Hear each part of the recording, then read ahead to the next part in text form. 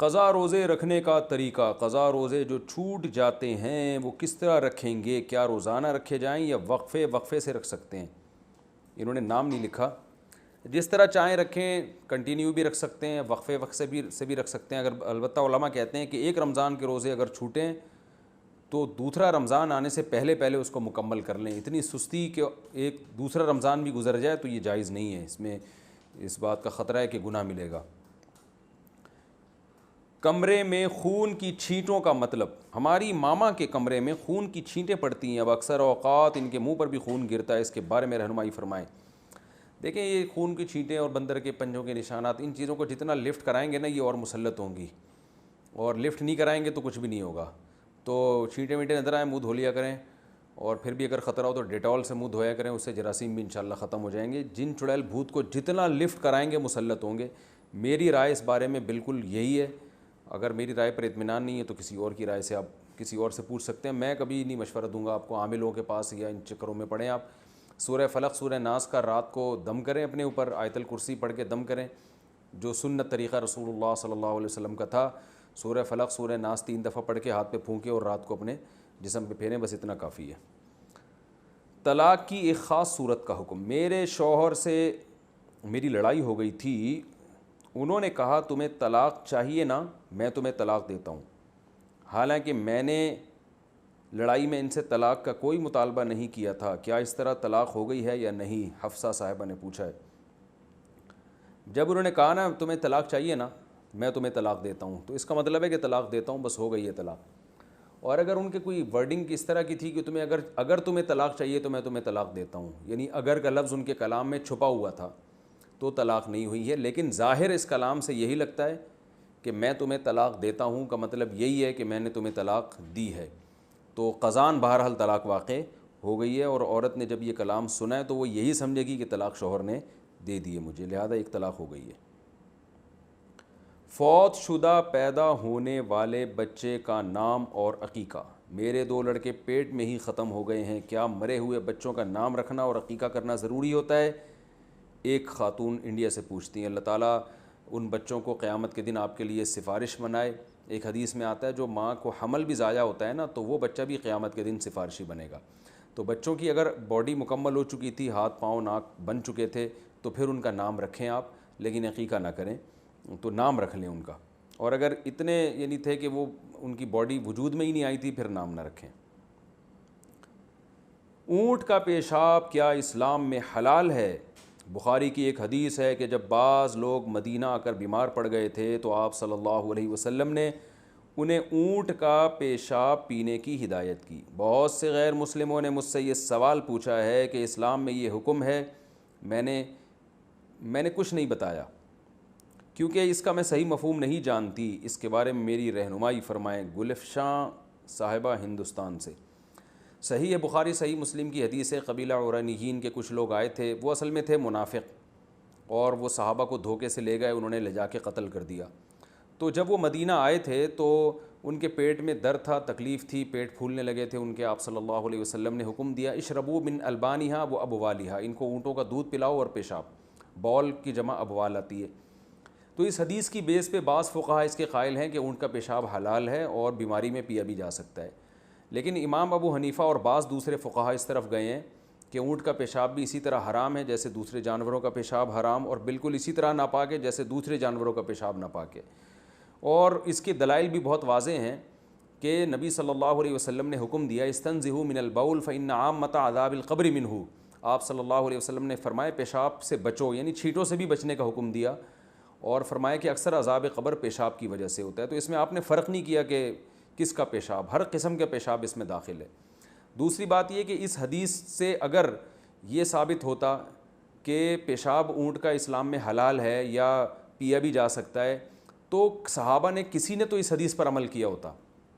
ہم دیکھتے ہیں کہ اس کے بعد بھی ہمیں کوئی ایسی حدیث نہیں ملتی جس میں اونٹ کا پیشاب پینے کا کوئی ذکر ہو، اور کسی صحابی کا کوئی ایک واقعہ بھی ہمیں ایسا نہیں ملتا، حالانکہ پیٹ کی بیماریاں تو تھیں اس دور میں بھی اور بعد میں بھی ہوئی ہیں، کسی نے بھی نہیں پیا۔ تو امام حنیفہ اور بعض فقہاء کے نزدیک اس حدیث کا یہ ایک جزوی واقعہ ہے، یہ کوئی قاعدہ کلیہ نہیں ہے، کہ آپ صلی اللہ علیہ وسلم کو بذریعہ وحی علم ہو گیا تھا کہ ان لوگوں کی بیماری کا علاج اونٹ کے پیشاب کے علاوہ کسی دوسری چیز میں نہیں ہے۔ تو ظاہر ہے جب کوئی شخص مر رہا ہو اور اسے پتہ ہو کہ میرا علاج اس کے علاوہ کسی اور چیز میں نہیں ہے، تو جان بچانے کے لیے ناپاک چیز بھی کھائی جا سکتی ہے، حرام چیز بھی کھائی جا سکتی ہے۔ اس پر امت کا تقریباً اتفاق ہے۔ تو ناپاک ہونے کے باوجود چونکہ ان کی بیماری کا علاج اونٹ کے پیشاب کے علاوہ کسی اور چیز میں نہیں تھا، اور یہ بات آپ صلی اللہ علیہ وسلم کو بذریعہ وحی پتہ چلی ہوگی، وحی کا دروازہ کھلا ہوا تھا، اب وحی کا دروازہ بند ہے۔ تو اب اگر کوئی ڈاکٹر کسی کو کہتا ہے کہ آپ کی بیماری کا علاج پیشاب اونٹ کے پیشاب کے علاوہ کسی بھی چیز میں نہیں ہے، تو اس کے لیے حلال ہے۔ بلکہ اگر کوئی میڈیکل سائنس یہ کہتی ہے کہ آپ کے بیماری کا علاج گائے کے پیشاب یا فلاں جانور کے نجاست کے علاوہ کسی بھی چیز میں نہیں ہے، تو یہ بھی جائز ہے، کیونکہ جان بچانا فرض ہے۔ لیکن میڈیکل سائنس فی الحال ایسا کہتی نہیں ہے، تو اس لیے جب تک کوئی ڈاکٹر ریکمنڈ نہ کرے آپ کو اور یقین نہ ہو کہ اس کا علاج اس کے علاوہ کسی اور چیز میں نہیں ہے، تو آپ اس وقت تک پیشاب نہیں پی سکتے، کیونکہ نجس ہے، حرام ہے۔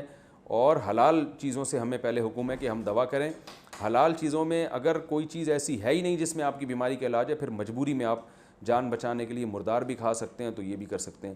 تو راجح قول ہماری رائے میں یہی ہے، اور بعض عرب علماء نے بھی اسی کا امام حنیفہ کے قول پہ اس معاملے میں فتویٰ دیا ہے۔ اس پر انٹرنیٹ پر ان عرب علماء کی بھی تحقیق ہے کہ جو ہے نا یہ پیشاب، کیونکہ یہ حدیث اگر قاعدہ کلیہ ہوتی تو صحابہ اس پر ضرور عمل کرتے، تو قاعدہ کلیہ نہیں ہے اور یہ ایک جزوی واقعہ ہے، اور اللہ کے نبی کو علم ہو گیا ہوگا۔ باقی پیشاب کے بارے میں جو وعیدیں ہیں وہ شدید ہیں، ان میں ہر قسم کا پیشاب شامل ہے، اور آپ صلی اللہ علیہ وسلم کے بعد صحابہ کرام نے بھی کبھی اونٹ کے پیشاب کو پاک نہیں سمجھا۔ ہمیں کوئی ایک صحابی بھی نہیں ملتا جنہوں نے یہ کہا ہو کہ اونٹ کا پیشاب آپ پی سکتے ہیں، آپ کے لیے جائز ہے۔ تو اس لیے اونٹ کا پیشاب بھی اسی طرح ناپاک ہے جیسے دوسرے جانوروں کا پیشاب ناپاک ہے، بکری کا اور دمبے وغیرہ کا۔ کیا عورت نماز کی امامت کر سکتی ہے؟ ڈنمارک میں ایک مسجد کھلی ہے جہاں صرف خواتین ہی نماز پڑھتی ہیں اور امامت بھی خاتون کراتی ہیں۔ اعتبار سے اس کا کیا حکم ہے؟ اعتبار سے کیا مطلب ہے؟ شریعت کے اعتبار سے اس کا کیا حکم ہے؟ Mrs Aslam, Netherland. دیکھیے، حضرت عائشہ رضی اللہ تعالیٰ عنہ سے ثابت ہے کہ آپ نے خواتین کی امامت کی ہے، لیکن یہ پوری زندگی میں ایک اسلامی تاریخ میں واقعہ ہے۔ بعد میں اس پر صحابہ نے بھی عمل نہیں کیا، خود حضرت عائشہ نے بھی عمل نہیں کیا، فقہاء کرام نے بھی اس کو جائز نہیں لکھا۔ اس لیے یہاں بھی یہی ہے کہ یہ ان کو نماز سکھانے کے لیے ایک مرتبہ حضرت عائشہ نے یہ عمل کر لیا ہوگا، تو یہ قاعدہ کلیہ نہیں ہے۔ تو چونکہ اس بعد میں بھی کسی نے بھی عمل نہیں کیا، خلفائے راشدین کا دور آیا ہمیشہ، اور نبی صلی اللہ علیہ وسلم کے دور میں بھی عام معمول یہی تھا کہ خواتین مردوں کے پیچھے نمازیں پڑھا کرتی تھیں، اور اگر خود سے پڑھتیں تو اخپل طریقے سے، جسے پشتو میں کہتے ہیں، اپنے اپنے طور پہ پڑھتی تھی، جماعت کی نمازیں نہیں ہوتی تھیں۔